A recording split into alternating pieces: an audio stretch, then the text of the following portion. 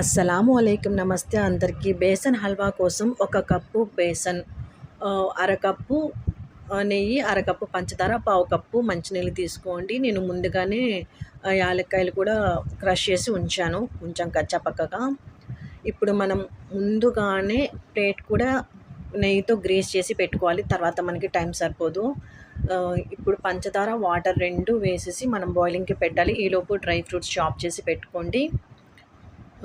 దాదాపుగా 1 string consistency రావడానికి ముందు, అంటే గ్రీజీగా ఉంటుంది కదా, ఆ టైంలో మీరు షుగర్ సిరప్ పక్కన పెట్టేసి ఇప్పుడు ఒక నాన్ స్టిక్ ప్యాన్ తీసుకోండి. అంటే నాన్ స్టిక్ అయితే బాగుంటుందన్నమాట బిగినర్స్కి.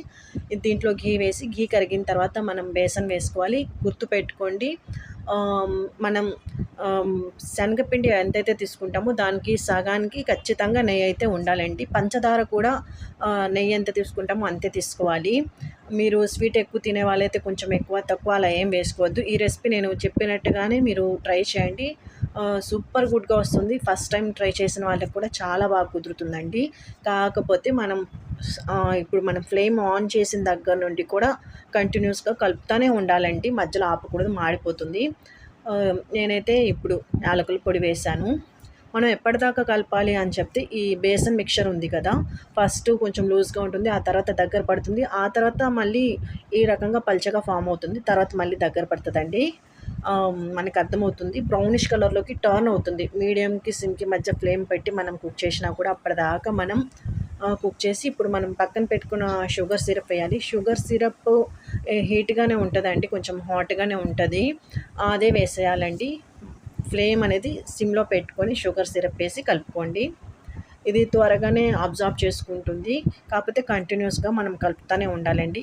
ఇది మొత్తం దగ్గర పడిన తర్వాత మిక్చర్ అనేది మనం ముందుగానే ప్లేట్ గ్రీస్ చేసి పెట్టుకున్నాం కదా ఘీతో, దాంట్లో ట్రాన్స్ఫర్ చేయాలి. అందుకనే మనం ముందుగానే మొత్తం రెడీ చేసి పెట్టుకోవాలి. అప్పుడే మనకి పర్ఫెక్ట్గా కుదురుతుందండి. ఎందుకంటే మనకి టైం ఉండదు, మనం తిరిగ్గా చేసుకునే లోపు అడుగంటుకుపోతుంది అనమాట, స్టవ్ ఆఫ్ చేసినా కూడా. అందుకోసం చెప్తున్నాను. నేనైతే కొంచెం స్క్వేర్ షేప్ ఇచ్చాను. ఆ తర్వాత పిస్తాతో గార్నిష్ చేసి ఒక 20 మినిట్స్ పైన పెట్టాను. ఆ తర్వాత ఒక 10 మినిట్స్ ఫ్రిడ్జ్లో పెట్టి, ఆ తర్వాత కట్ చేసి సర్వ్ చేశానండి. చాలా అంటే చాలా బాగుంది నిజంగా. You will thank me for sharing me this recipe. Besan halwa is so delicious. I can't put into words, because words can't describe it, how much it tastes so amazing, Andy.